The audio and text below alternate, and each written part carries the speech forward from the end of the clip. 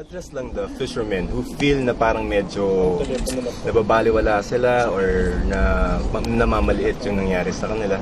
Well, I'm sorry, but that's how it is. Okay. It is a maritime incident. Little in the sense that there was no confrontation, there was no bloody violence. Pero kung gusto mo na gumante na doon na well, that is not. That is not a reason to go to any military exercise there. Pag ginawa mo yan, gera yan. So, I'm sorry if that yun ang feeling nila. Sir?